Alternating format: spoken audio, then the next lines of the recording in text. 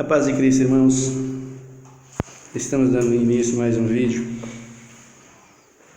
no mesmo assunto em que nós temos meditado nesses dias. Cristo, depois de 2 dias, nos deu a vida, e nós já vimos isso ali no Evangelho de São Marcos. Ele é pego na quinta-feira e foi crucificado na sexta-feira,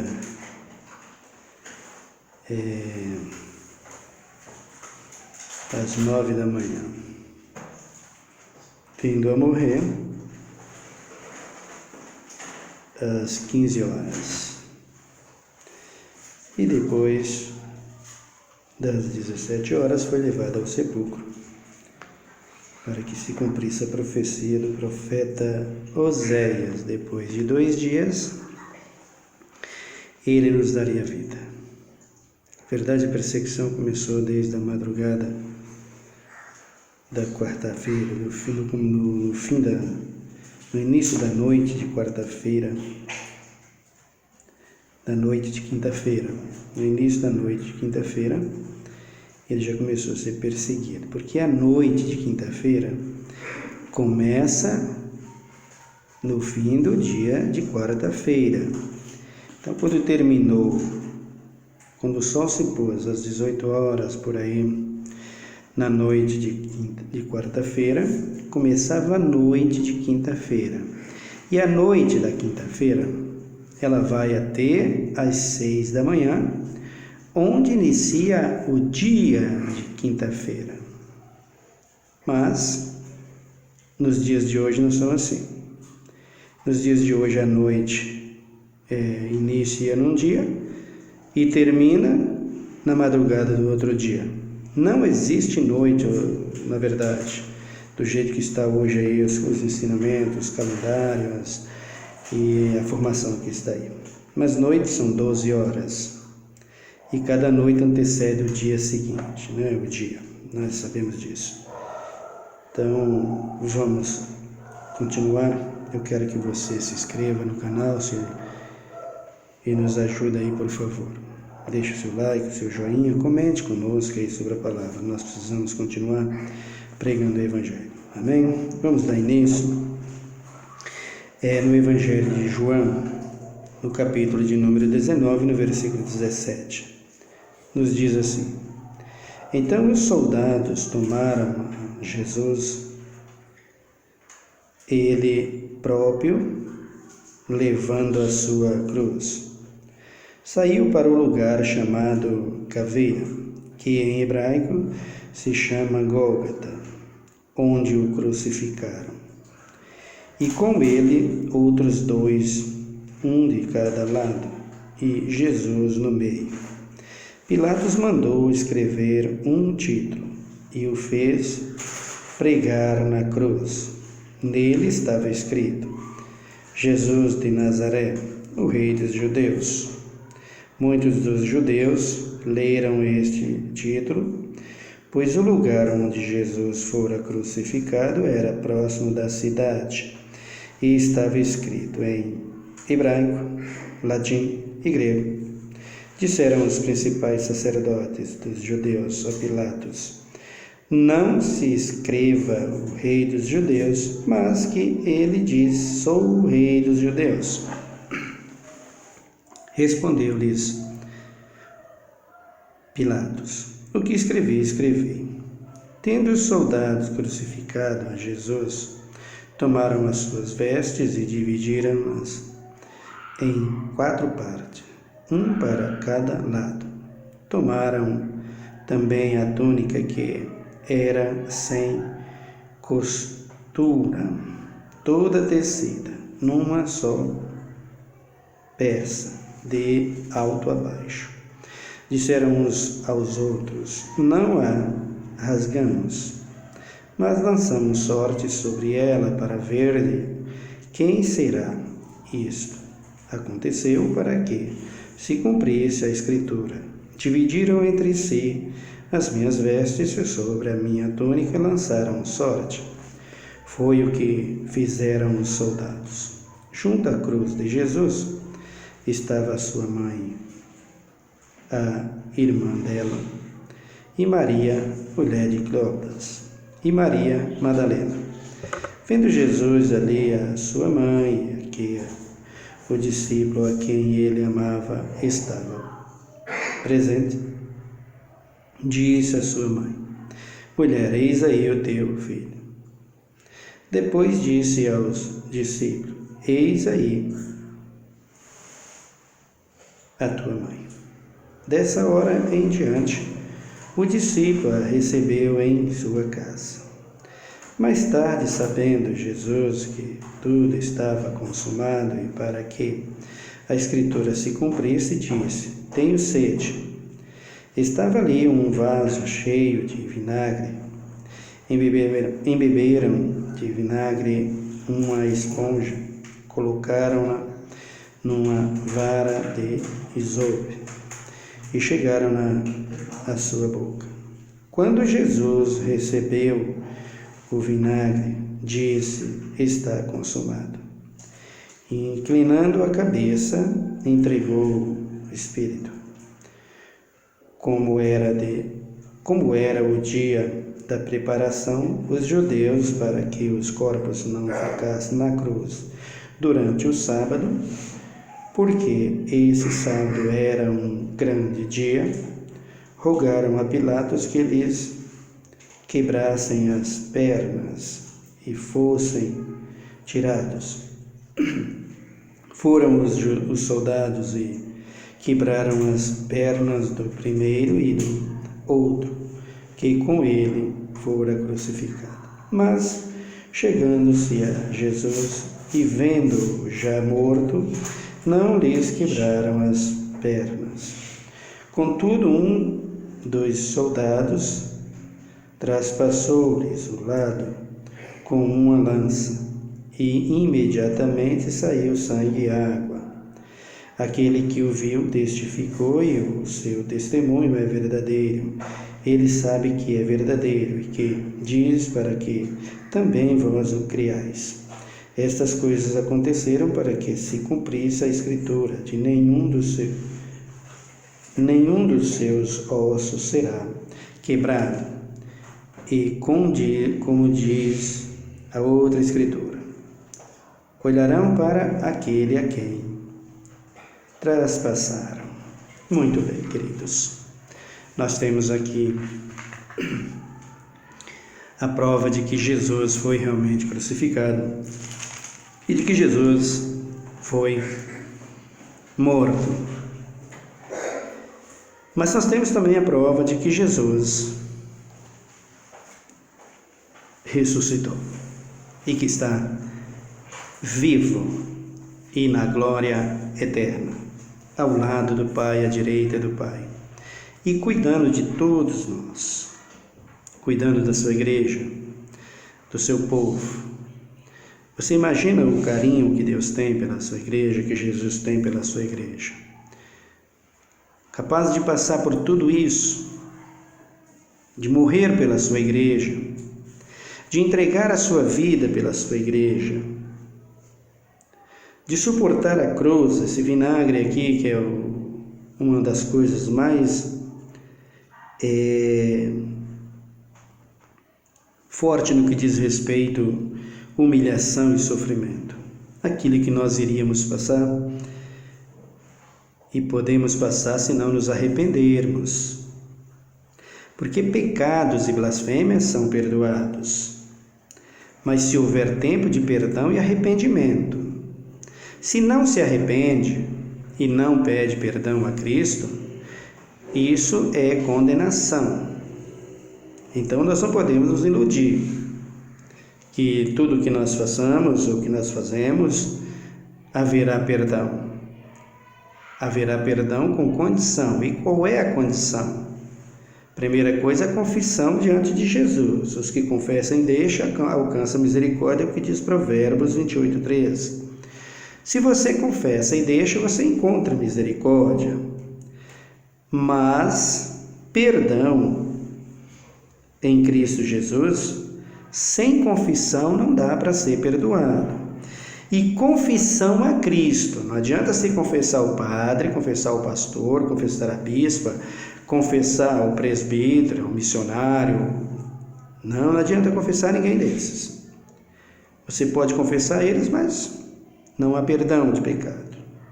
Perdão de pecado é só para quem confessa os seus pecados a Jesus de Nazaré, o único que pode perdoar pecado, e aquele que cumpre o seu mandamento, que anda de acordo com a sua palavra, que anda de acordo com a sua disciplina, com a sua doutrina, com o seu ensinamento. Uma das coisas que as igrejas hoje fazem e que os crentes acham que acabou, doutrina, gente. O que é doutrina? A primeira coisa que nós devemos entender em doutrina é que doutrina é o ensinamento correto da palavra. E a doutrina é disciplina, a doutrina é aperfeiçoamento, a doutrina é conhecimento, a doutrina representa mudança de vida, a doutrina representa ao mesmo tempo discipulado. Aquele que entra na doutrina de Cristo é aquele que está sendo discipulado por Jesus Cristo, por meio de seus servos hoje, por meio da sua palavra. Doutrina é mudança de vida, é mudança de atitude, é mudança de pensamento. Isso é doutrina. Se essas coisas não entrou na vida do cristão, você pode pedir perdão milhões de vezes, você não vai alcançar perdão. Perdão é quando você confessa a Cristo e através da sua palavra e do seu ensinamento, do seu Espírito Santo, você muda de vida. Foi para isso que Cristo veio ao mundo. Então Cristo tem todo o amor pela sua igreja. Todo o amor. A Bíblia diz em Tiago que Jesus tem ciúmes do seu povo, tem ciúmes da sua igreja, que o Espírito Santo tem ciúmes da sua igreja. Bom saber que ciúmes é isso, zelo. O ciúmes do Espírito é zelo, não é doença. Não é esse ciúme possessivo, doente, que tem por aí, que as pessoas matam uns aos outros, que a mulher mata o marido mata a mulher, a namorada, o namorado. Isso não é os ciúmes que a Bíblia diz. Os ciúmes que a Bíblia fala é zelo, porque quando a pessoa nasce de novo, recebe a palavra de Deus e conserva os mandamentos do Senhor, o Espírito toma conta da vida dele, o Espírito vai habitar na vida dele através dos dons, através da sua doutrina, do seu ensinamento. Então o Espírito domina aquela pessoa, e aquela pessoa que antes era templo da lascívia, da idolatria, do engano e até dos demônios, passou a ser habitação do Espírito, mudou de vida, como diz a Bíblia lá em Mateus, e que nós já vimos, e que os fariseus, os saduceus, os judeus o mataram por causa disso, porque ele dizia que em 3 dias ele derrubava, que em 2 dias ele derrubava o templo, em 3 dias ele reconstruía novamente. Então estava falando da minha vida e da sua vida, que ele sofreria durante 2 dias e morria e seria crucificado e seria morto, sepultado, e no 3º dia ele ressuscitava para nos dar a vida, construir um novo templo das nossas vidas, do homem velho, um vaso novo, um templo novo, uma vida nova, uma habitação nova para o Espírito Santo habitar em nossas vidas. Mas para isso é necessário que nós tenhamos que passar por tudo aquilo que a Bíblia nos exige, e que tudo aquilo que o Espírito Santo cobra e pede de nós. É bom saber, queridos, que o Espírito já diz a palavra, Espírito Santo, ele é santo. Ele não habita em templo feito pelas mãos dos homens, ele não habita em templo imundo, templo que não se arrepende e que não se muda de vida e que não nasce de novo, templo que não é tratado por ele, templo que não é lavado por essa água que aqui está, que é a palavra de Deus. Se a pessoa não mudou, se a pessoa não foi transformada, se a pessoa não se achegou a ele, não tirou os costumes pagãos para ser nova criatura, a pessoa não pode ser habitada pelo Espírito Santo. A pessoa não pode ter o Espírito Santo. Então é importante que nós olhamos o que nós estamos vendo no dia a dia da Igreja de Cristo, da chamada Igreja de Cristo. Será em vão o sacrifício de Cristo para nós? Foi debalde o sacrifício de Jesus para as nossas vidas? Porque parece, o apóstolo Paulo clama uma certa vez aos irmãos de Corinto, parece que eu trabalhei em vão para vocês. Parece que eu trabalhei debalde para vocês. Porque ensino, e quando eu volto, vocês estão fora do ensino. É dar uma meia volta, e quando a gente retorna, vocês estão fora do ensino, é o que Paulo diz. Aqui na carta de Paulo aos Coríntios, na segunda carta, e no capítulo 6, no versículo de número 1, ele diz assim: e nós cooperamos com ele, e também vos exortamos, a que não recebais a graça de Deus em vão. Está recebendo a graça de Deus em vão? Será que a igreja recebeu a graça de Deus e abraça essa graça e viva essa graça de Deus, ou recebeu em vão? Qual é o segmento da igreja? É o segmento dos homens ou é o segmento da palavra de Deus, da doutrina de Cristo? Você precisa examinar, meu querido. A Bíblia diz: examina-se o homem a si mesmo. O apóstolo Paulo diz isso na carta aos Coríntios, capítulo 11. Examina-se o homem a si mesmo, para que você saiba a quem você está servindo. Vocês viram o que fizeram os judeus, o que fizeram os saduceus, os fariseus, o que fizeram os sacerdotes, Herodes, o que fez Caifás, o que fez toda aquela gente na cabeça do povo, para que o povo virasse contra Cristo, a fim de que Cristo fosse trocado por Barrabás. Barrabás solto e Cristo crucificado. Então, é preciso que nós examinamos, pois ele diz, versículo 2: ouvi-te em tempo aceitável, socorri-te no dia da salvação. Digo-te, agora é o tempo aceitável, agora é o dia da salvação. Não damos nenhum motivo de escândalo em coisa alguma, para que o nosso ministério não seja censurado. Então, o que Paulo está dizendo aqui, irmãos? Vocês receberam a graça de Deus em vão? Vocês receberam a graça de Deus como? O que é a graça de Deus aqui, queridos? A graça de Deus é Jesus de Nazaré. E cooperamos com ele, e também vos exortamos a que não recebais a graça de Deus em vão. Receber em vão é receber aí a igreja, confessar Jesus lá na frente da igreja, e vai 1, 2, 3, 4, 5 vezes, e nunca nasce de novo. E depois que nasce de novo, é levado pela cabeça dos seus guias, pelo ensinamento dos seus guias, é conduzido por eles, e eles faz com que eles voltem a seguir a eles. Irmãos, nós estamos chegando ao fim da humanidade. Nós estamos chegando ao fim do planeta Terra. Estamos chegando ao fim de todas as coisas. O fim de todas as coisas é a volta de Cristo para buscar a igreja. Não fique na cabeça dessa gente dizendo que depois que ele voltar, que ainda vai ter mais 3 anos disso. Não tem nada disso na Bíblia, queridos. Pode ensinar o que quiserem. Todo mundo é livre, todo mundo fala o que quiser, todo mundo prega o que quiser. Direito de expressão todo mundo tem. Direito de falar todo mundo tem. Direito de ter a sua religião todo mundo tem. Direito de ensinar todos nós temos. Mas a Bíblia não se mistura com qualquer direito humano, com qualquer vontade minha ou com qualquer vontade dos homens. A Bíblia é a vontade, ela está escrito assim.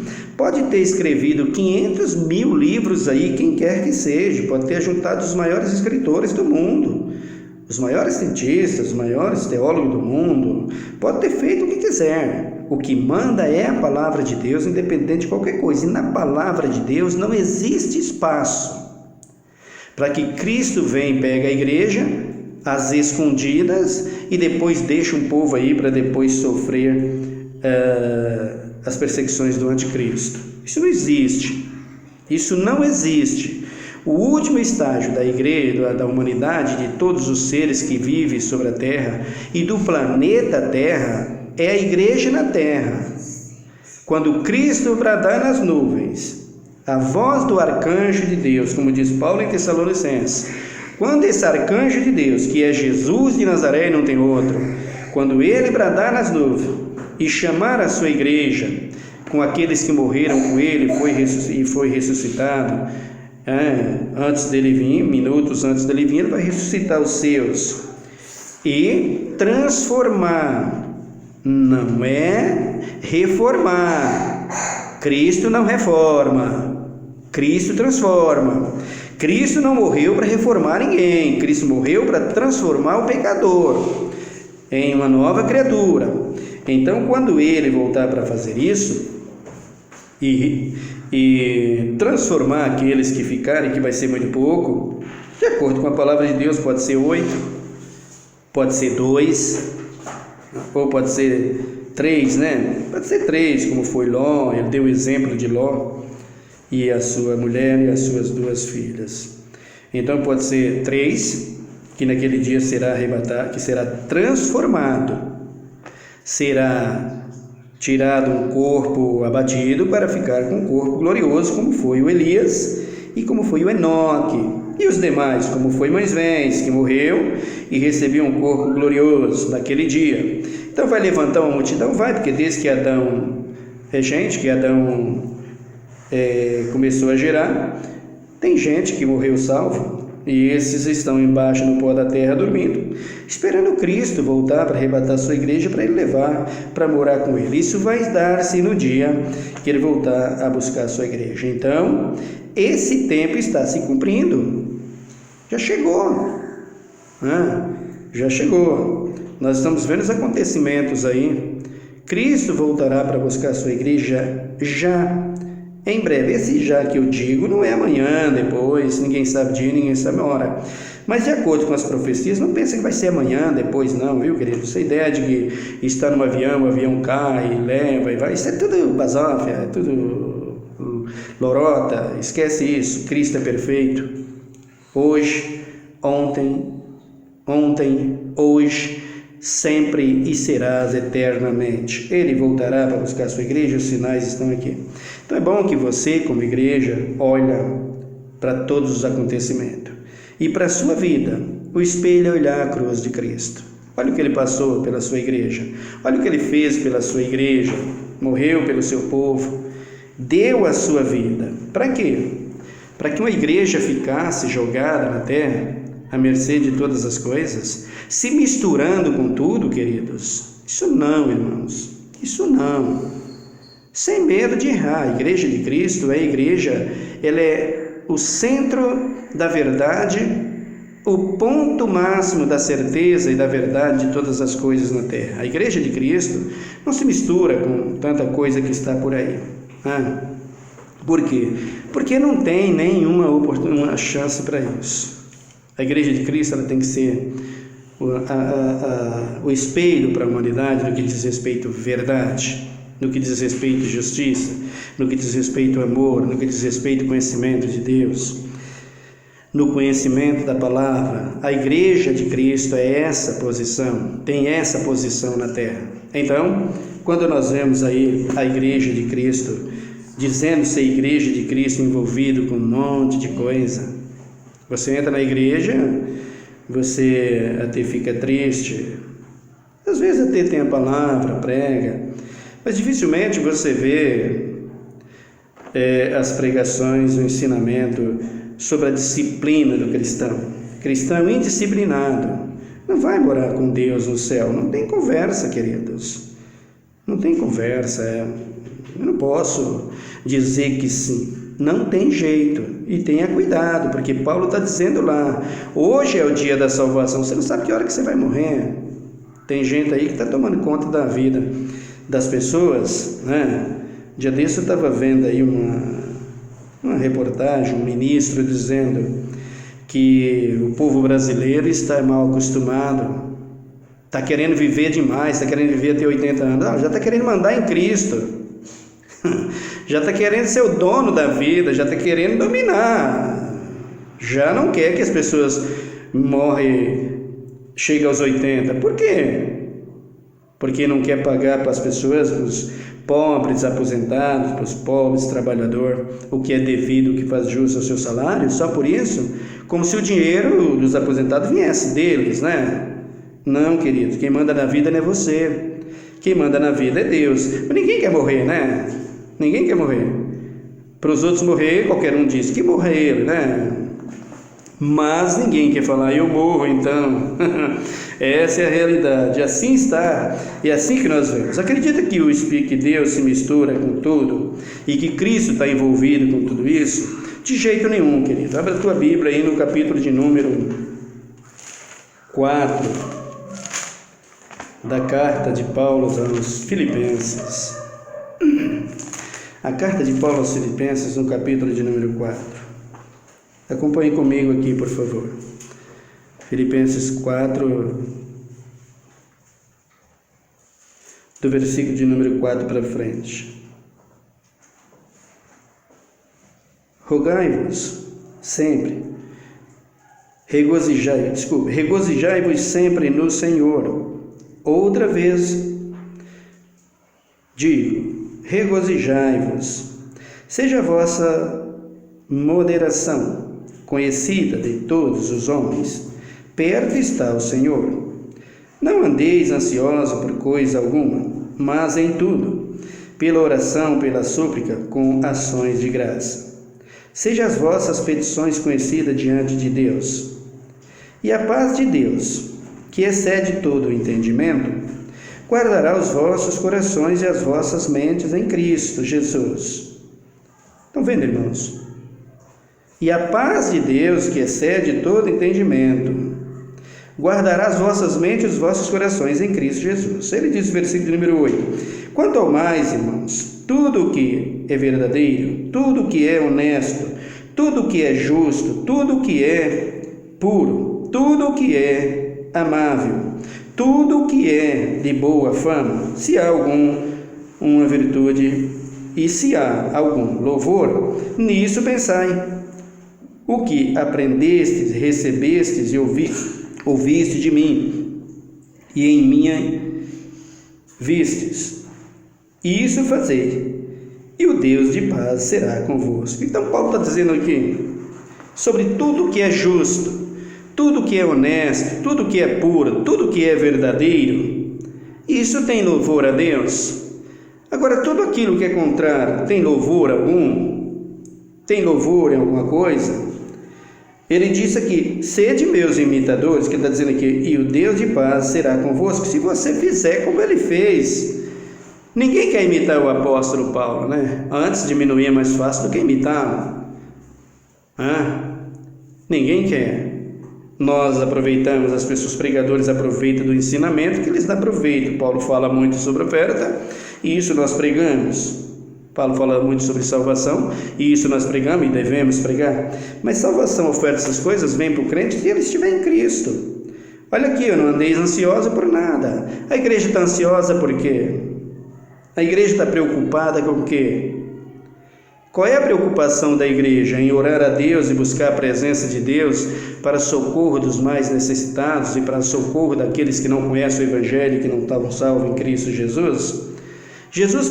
Irmão, pobreza na igreja sempre vai ter, riqueza na igreja sempre vai ter, pobreza nas nações e riqueza nas nações sempre terá.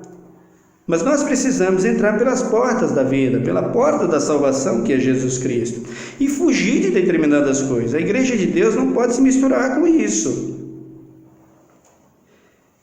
Eu não gosto de falar sobre essas coisas, política, essas coisas, mas como eles dizem que a igreja de Cristo, a que ele comprou com seu sangue, está envolvida na política, eu tenho o direito de falar. Se eles têm o direito de dizer que está lá, eu tenho o direito de dizer que não. Por quê? Porque a Bíblia me garante que não está. Jesus não se mistura com essas coisas.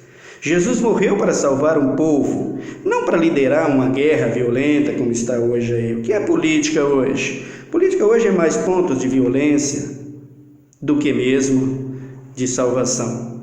Ou melhor, do que mesmo de cuidado para com o povo. Não, senhores, isso não.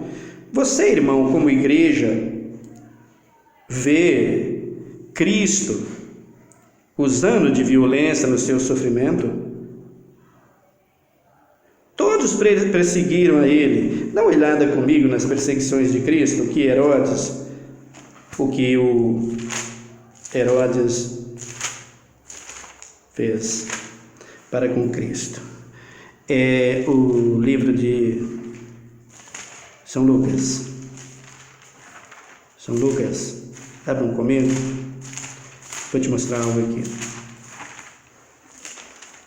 Capítulo de número 13, 13º. No versículo de número 1 de Lucas, ou melhor, no versículo 31. Naquele mesmo dia, chegaram uns fariseus, dizendo-lhes: sai e retira-te daqui, Herodes quer matar-te. Respondeu-lhes Jesus: ide, dizei àquela raposa: eu expulso demônios e efetuo cura hoje e amanhã, e no terceiro dia terminarei. Então vejam aqui Jesus dizendo para eles: esse político aí quer me matar.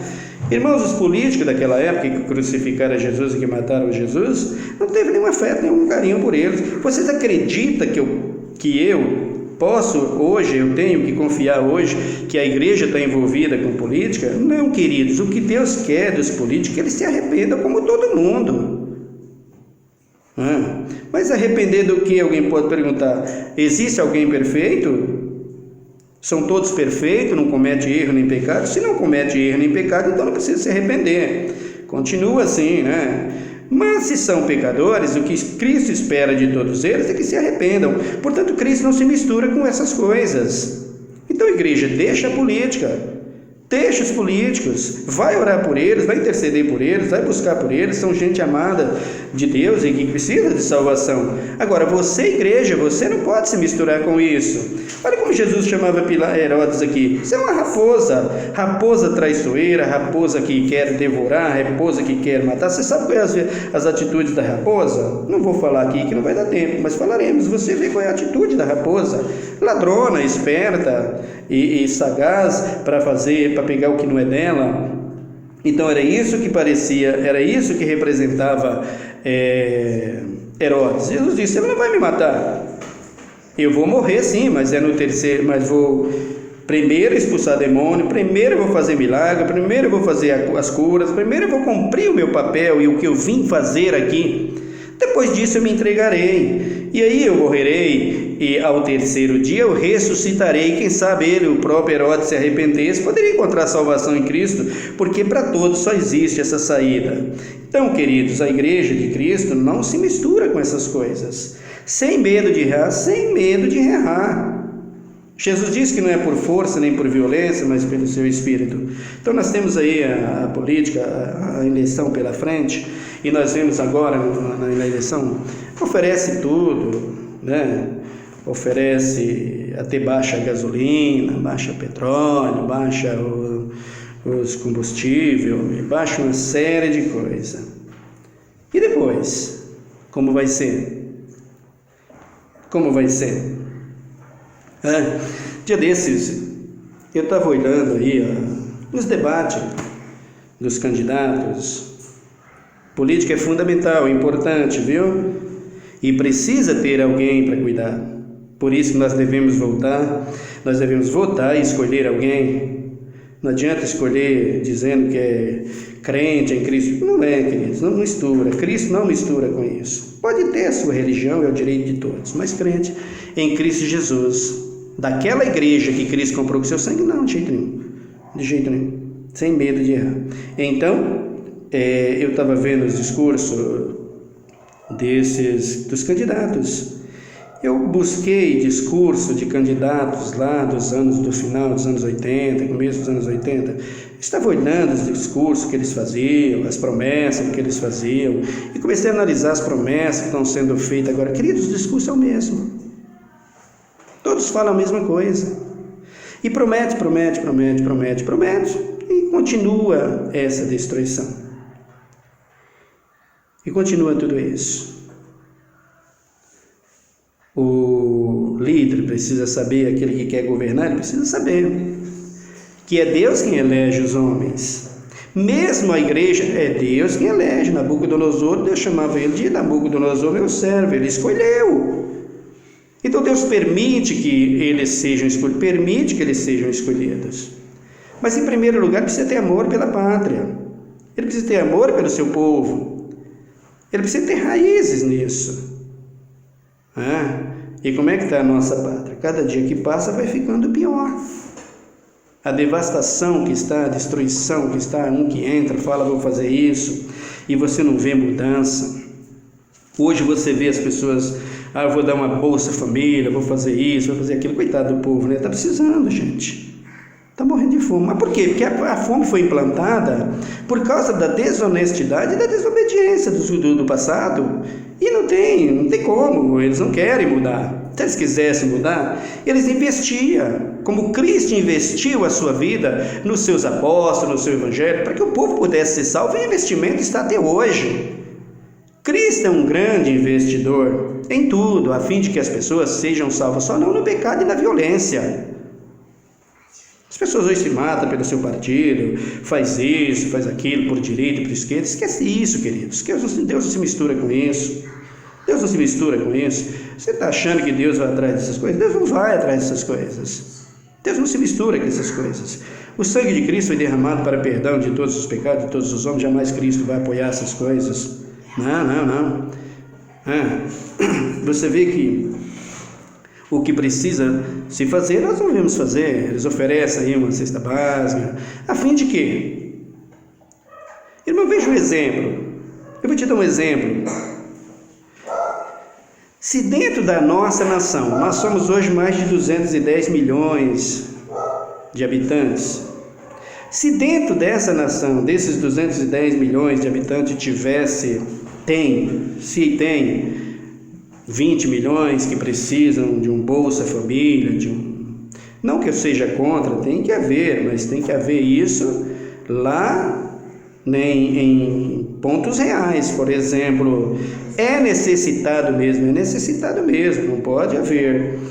Então, existem as pessoas necessitadas mesmo? Existe. Vamos dizer que desses 210 milhões de habitantes do Brasil, tem 20 milhões que precisam de uma Bolsa Família.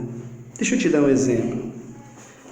Eu nunca vi uma pessoa, um candidato, se colocar na posição de fazer isso e dizer no seu discurso: irmãos, ou melhor, povo brasileiro, eu no meu governo, eu vou tirar todos esses Bolsas Família, essas coisas que estão dando por aí, só vou dar para aqueles que realmente não conseguem trabalhar, não pode trabalhar, porque no lugar do Bolsa Família, eu vou colocar emprego para todo brasileiro.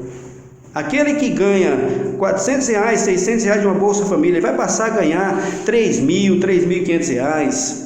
Ele vai passar a ter direito em todos os direitos, como manda a CLT, como manda a nossa legislação, a nossa Constituição. Ele vai ter férias, vai ter 13º, e se está numa boa empresa que possa dar convênio para ele vai ter. Vamos empregar todo mundo. Ninguém pensa em cultura, queridos, em crescimento. Pense no seu voto, de fazer a sua candidatura vencedora através dessas coisas. E as pessoas que estão necessitadas, que são iludidas, levadas por isso, vai ter a pessoa como um Deus. Claro, está passando fome, mas eu digo a você, a pessoa que tem hoje, o povo brasileiro é um povo honesto, é um povo de um bom caráter. Infelizmente, são levados às necessidades, como todo mundo. Mas se dissesse, tem emprego, você batia numa porta aqui, e lá estava a porta do emprego, e você poderia trabalhar tranquilamente, quem é que ia deixar de ganhar um salário como esse, para poder ficar recebendo uma Bolsa Família de R$400? Diga, queridos. Mas ninguém quer investir nisso. Ninguém quer investir, por mais que fala saneamento básico, infraestrutura da nação, cuidado com as matas, cuidado com os rios, cuidado com tudo aquilo que nós precisamos. Ninguém aplica na agricultura. Aplica, não faz isso. muito menos em tecnologia. Como é que está o ensino? Como é que está a educação? Como é que está a segurança? Como é que está a saúde? É interesse que os jovens se apliquem ao ensinamento da parte deles? Porque se fosse, aplicava, né? É no interesse. Não aplica em tecnologia. Quer dizer, a tecnologia é importante? Claro que é. Sem dúvida. Tecnologia sempre existiu, foi Jesus que ensinou. É que naquele tempo era diferente. Israel, a sua tecnologia naquele tempo era muito grande. E uma das coisas que Israel aplicava muito as suas riquezas era no campo, era na roça. Você acha que se tivesse salários no Nordeste para o homem do campo, eles viriam aqui para a cidade, enfiar aqui dentro da cidade, trabalhando, ou eles ficavam cuidando do que é deles e ganhando dinheiro deles lá? Claro que só vinha aqui a passeio, queridos. E por que não se interessa? Porque não há aplicação da parte do governo para isso. E se não aplicar da parte deles, jamais nós veremos mudança e o fim da fome. Não tem como, não tem como. Não tem interesse da parte deles. Cristo vai entrar no meio disso, porque o interesse de Cristo é que haja paz, que haja amor, que haja abundância para todos os homens. Quando o véu do templo se rasgou em 4 partes, dividido em 4 partes, ele uniu as 4 partes, os 4 pontos cardeais do Brasil, do mundo. Todas as nações, sem exceção, todos os povos, sem exceção, está incluído no plano de salvação de Cristo, de graça, de amor e de misericórdia que ele tem com o seu povo. Então não é isso que nós vemos na política. Um dia desse eu estava conversando com um irmão, ele disse: não tinha tecnologia no passado, você está doido. Como não, irmão? O que a Arca de Noé representa para você? Você quer mais tecnologia do que a Arca de Noé? Não existe. É que se aperfeiçoou muito, claro que se aperfeiçoou muito, sem dúvida, mas já existia no passado, e muito. Por exemplo, se você olhar o capítulo de número 5 de Josué, quando Cristo manda que Josué pela segunda vez circuncidasse os filhos de Israel, Josué vai para circuncidar os filhos de Israel, mas não tinha faca. Você sabe o que é a circuncisão, né? A operação lá no membro da criança. Então, Josué vai fazer isso. Deus diz: vá até a pederneira e faça ali facas de pedra. O que significa isso? Tecnologia, queridos. Estão interessados em aplicar isso para a nossa juventude? Ou querem aplicar neles armas e armas e armas? Você quer um país, você quer uma igreja misturada com isso? Onde se arma todo mundo? Por favor, queridos. Por favor, você nasceu de novo, você é uma nova criatura. Você é a igreja de Cristo, você não pode se misturar com isso. Isso não existe. Vocês querem ver Jesus combatendo contra tudo isso? A Bíblia está repleta disso, de versículo que Jesus não se mistura com isso. E desde o Velho Testamento, lá no passado, que existia guerras e guerras e guerras, você lembra de Davi? Quando Deus está agindo, Deus age e muda tudo. E Cristo está agindo porque Ele morreu pelo povo. Ele morreu pela humanidade. Violência não. Armamento não, queridos. Bandido bom e bandido bom, isso não existe. Triste do homem que inventou essa frase, né? Triste da pessoa que inventou essa frase. Se não houver um arrependimento, vai ser muito triste. Então veja o que Jesus, o que a Bíblia diz lá em 1 Samuel, no capítulo 17. Aquela briga entre Israel e os filisteus. Os filisteus tomou a arca de Israel, porque Israel tinha transgredido, Deus permitiu. Mas chegando o tempo de Deus recolher tudo, de trazer a arca de volta para que ele pudesse se comunicar com Israel, Deus então bota Israel na frente da guerra, os filhos de Israel na guerra, e naquela época era o rei Saul. E tinha lá um moço que era Gessém, que tinha 7 filhos, e tinha entre eles o Davi. E um dia Israel vai para a guerra, Gessém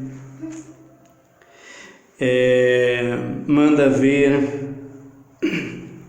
como estavam seus filhos na guerra. Fala para Davi: Davi, vai lá dar uma olhada, vê como é que teus irmãos estão na guerra, leva queijo, leva isso, leva coisas para eles, para você olhar a passagem, você vai ver. E Davi vai para lá. Quando Davi chega lá, vê que está levantando do mar, do rio, do meio da guerra, no meio do exército dos filisteus, um monstro, um gigante terrível, um homem grandioso, um menzarrão, mas grande mesmo, que sobressaía no tamanho, na força, acima de todos no exército dos filisteus. Quando Israel via aquele homem chegar, Israel tremia e caía, entregava a guerra e perdia e morria. E Deus manda Davi até lá.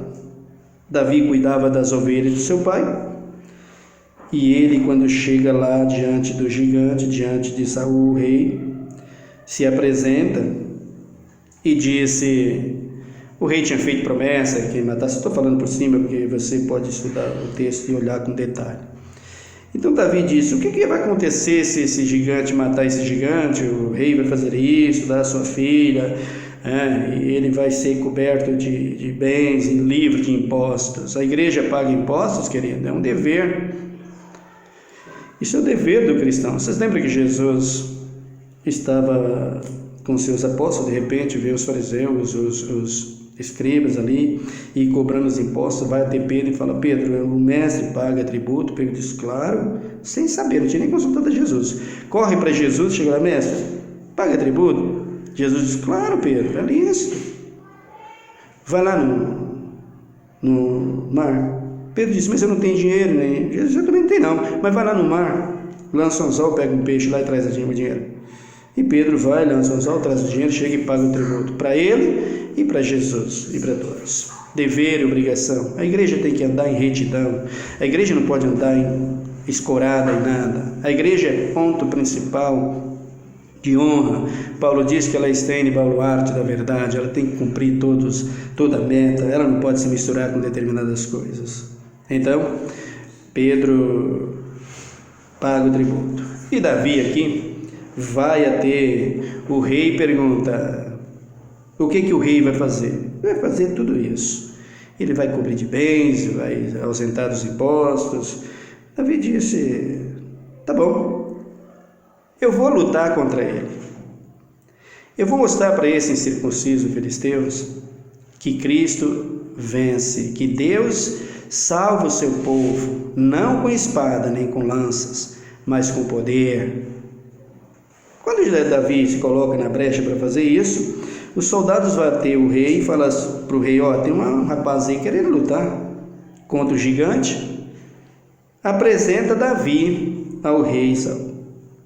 Quando Davi chega lá, o rei pergunta: quem é você? Você é filho de quem? Ele fala que é o pai dele, o que ele fazia, que ele pegou o urso, tirou a ovelha da boca dele, pegou o leão e fez a mesma coisa. Ele disse: eu vou pegar esse incircunciso filisteu, e ele vai saber que há Deus em Israel. O rei faz Davi. O rei chama Davi.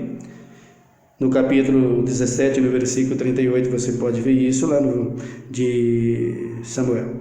Então você vê de 1 Samuel 17, 38, você vê isso lá. O rei chama Davi e diz: tu é mais moço, tu não pode lutar com ele. Eu vou lutar. Então o que o rei faz? Coloca a armadura pesadíssima em Davi, cinge Davi de capacete, coloca capacete em sua cabeça, coloca couraça, coloca tudo. Quando Davi vai andar com aquilo, eles não consigam andar com isso aqui. Tirou tudo. Foi até o ribeiro, escolheu 12 pedras, colocou uma numa funda e foi de encontro ao gigante. E ao encontrar com o gigante, disse: tu vem contra mim com paus, com espada e com lanças, mas eu vou contra ti em nome do Senhor dos Exércitos. E ela tirou a pedra contra ele, e o gigante caiu. Quando o gigante cai, Davi pega a própria lança, a própria espada do gigante, de Golias, e corta o pescoço dele. Queridos, quem lança a mão da espada, a espada morrerá.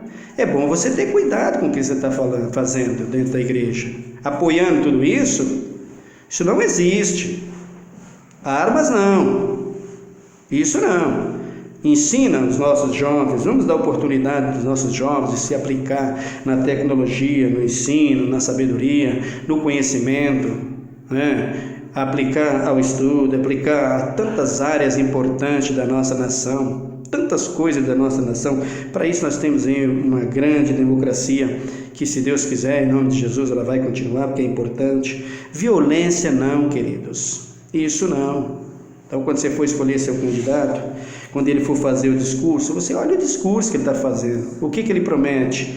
Lembre-se que ali está discursando uma pessoa que quer trabalhar, é uma pessoa que está te pedindo emprego, e você vai dar o emprego para ele, votando nele, para que ele administre o que é seu. Não é um artista que está lá, quando o rapaz sobe, o candidato sobe no palco para fazer o discurso, parece mais um cineasta de Hollywood, e o povo grita, e o povo vai ao delírio, uma série de coisas. Queridos, presta atenção, observe, vê o que ele prometeu, vê o passado dele, vê o que ele está fazendo. Se ele já estiver lá, vê o que ele está fazendo. Vamos prestar atenção nisso. Você é a igreja de Deus, você pode observar isso, como todo povo, para que tenhamos uma nação muito melhor.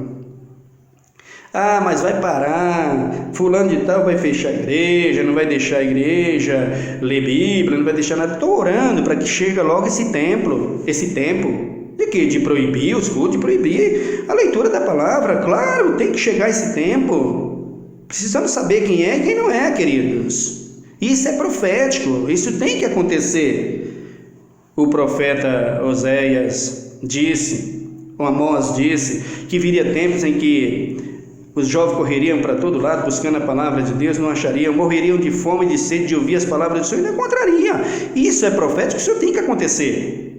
Então a minha oração é que aconteça logo. Cristo precisa voltar. Se não acontecer, não tem jeito. E quem vai fazer isso? Vai ser os homens que vai proibir.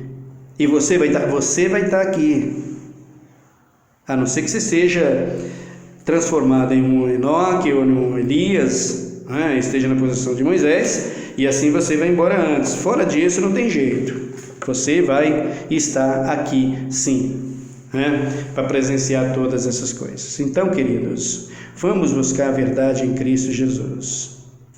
Deixa a igreja de Cristo no lugar dela, e você obedeça tudo que te passar como lei e que tiver de acordo com a palavra de Deus. Vai obedecer, mas tenha certeza disso.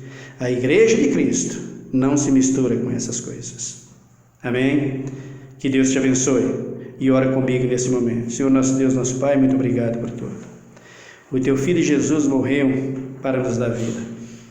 O teu Filho Jesus morreu e diz: vinde a mim os que estáis cansados e oprimidos, e eu vos aliviarei. E nós queremos ter essa vida contigo. Obrigado, Jesus, por tudo. Abençoa a nossa nação, sara a nossa terra, e que dessa vez nós elejamos pessoas que estejam dispostas a lutar pelo bem da nossa pátria, Pai, não pelos seus próprios interesses. Ó Deus, muito obrigado, que a tua igreja desperta e vê que ela está sendo engolida pelos inimigos, que ela está sendo levada pelos falsos ensinadores, que colocou o Senhor no meio de uma política onde o Senhor jamais vai estar, nunca. A tua palavra entrará assim nos quatro cantos dessa terra para a salvação dos pecadores. A tua igreja representa a tua glória nesse mundo e a presença do teu Filho Jesus Cristo neste mundo. Mas a tua igreja não se mistura com a violência humana, com o derramamento de sangue, com os interesses carnais. A tua igreja, ela é estene e baluarte da verdade. Que o Senhor venha nos ajudar, venha socorrer cada um, venha dar graça ao teu povo, aquele que está passando fome, aquele que está enfermo, aquele que está doente, Senhor, tenha misericórdia. Nós te louvamos, Jesus, porque sabemos que o Senhor é Deus em cima no céu e embaixo na terra, e que o Senhor cuida do teu povo. Muito obrigado por tudo, muito obrigado pela tua palavra. Nós te agradecemos, ó Deus, em nome de Jesus Cristo. Amém. Obrigado, querido. Que Deus te abençoe. Até o nosso próximo vídeo.